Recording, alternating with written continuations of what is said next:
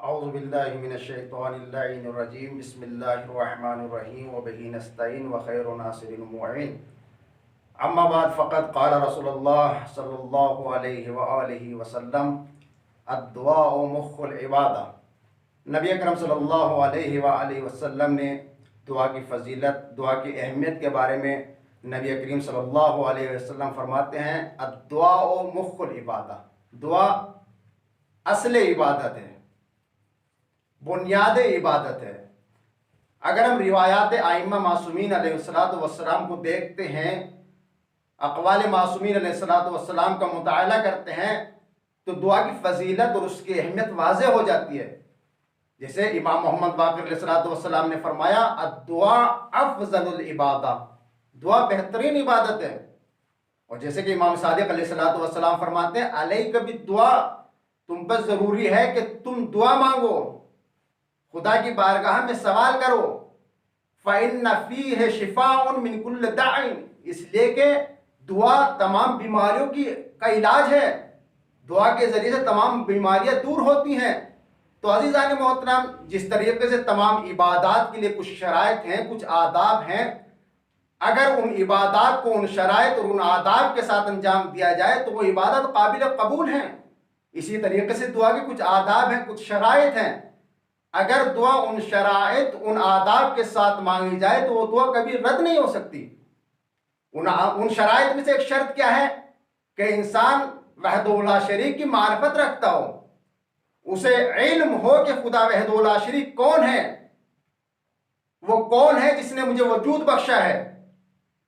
جیسے کہ رسول اکرم صلی اللہ علیہ وآلہ وسلم سے منقول ہے یقول عز وجل من سألنی وهو یعلم انی اضر وانفع استجب لہ۔ رسول اکرم فرماتے ہیں کہ خدا وحدہ لا شریک نے فرمایا اگر کوئی انسان مجھ سے سوال کرے، مجھ سے دعا مانگے، وَهُوَ يَعْلَمُ، اور وہ جانتا ہے کہ میں کون ہوں، میری معرفت رکھتا ہو کہ نفع نقصان میرے ہاتھ میں ہے، فَأَسْتَجِبْ لَهُ، تو میں اس کی دعا کو قبول کروں گا۔ تو سب سے پہلے شرط کیا ہے کہ انسان معرفت خداوند عالم رکھتا ہو۔ جیسے کہ امام صادق علیہ السلام کے پاس ایک انسان آئے اور آنے کے بعد کہا اے مولا مجھے کافی عرصہ ہو گیا دعا مانگتے ہوئے لیکن میری دعا قبول ہی نہیں ہوتی۔ تو امام صادق علیہ السلام فرماتے ہیں لَأَنَّكُمْ تَدْعُونَهُ لَا تَعْرِفُونَهُ، تم اس سے دعا مانگتے ہو جس کی تمہیں معرفت نہیں ہے، تم اس کے آگے ہاتھ پھیلاتے ہو جس کی تمہیں معرفت نہیں ہے، جس کا تمہیں علم نہیں ہے۔ اگر تم معرفت کے ساتھ، علم کے ساتھ کسی سے دعا مانگو گے، بارگاہ الہی میں دعا مانگو، تمہاری دعا رد نہیں ہوگی۔ پہلی شرط کیا ہے کہ معرفت خداوند عالم۔ دوسری شرط کیا ہے؟ حلال کمائی، پاک غذا ہونی چاہیے۔ جب پاک غذا ہوگی تو انسان کی زبان میں تاثیر ہوگی۔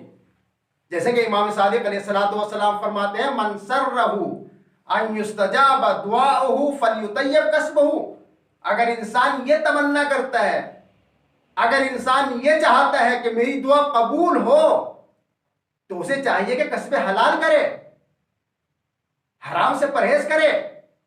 جیسے کہ موسیٰ علیہ السلام نے دیکھا کہ ایک انسان ہے جو گڑ گڑا کر خدا کی بارگاہ میں دعا مانگ رہا ہے، تو خدا کی طرف سے وحی ہوئی اے میرے نبی اس انسان کی دعا قبول نہیں ہو سکتی، لأن فی بطنہ حراما، اس لیے کہ اس کا پیٹ حرام سے بھرا ہوا ہے، وعلی ظہرہ حراما، اور جو لباس اس کے جسم پر ہے وہ حرام کا ہے، وفی بیتہ حراما، اور جو کسب اس نے کیا ہے وہ حرام کا ہے۔ تو عزیزان محترم، اگر انسان یہ چاہتا ہے کہ ہماری دعا بارگاہ الہی میں قبول ہو تو اسے چاہیے کہ وہ چیزیں جو دعا کی قبولیت میں موانع آتی ہیں، رکاوٹیں ہوتی ہیں، ان کو دور کرے۔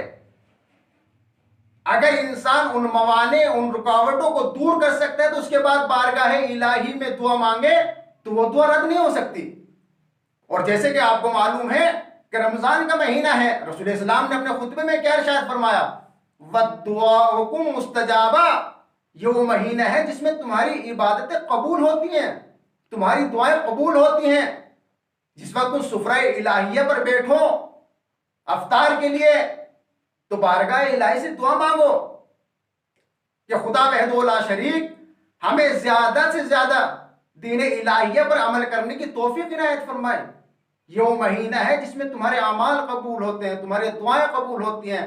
تو ہمیں چاہیے کہ اس مہینے میں زیادہ سے زیادہ استغفار کرے، جیسے کہ رسول اسلام صلی اللہ علیہ وآلہ وسلم نے فرمایا فَإِنَّ الشَّقِي مَنْ حُرِمَ غُفْرَانَ اللَّهِ فِي هَذَا الشَّهْرِ الْعَظِيمِ. یہ وہ مہینہ ہے جس میں انسان کو استغفار کرنا چاہیے. اور رسول اسلام نے فرمایا بدبخت ہے وہ انسان اپنے اس مہینے میں مغفرت نہ کرا سکے.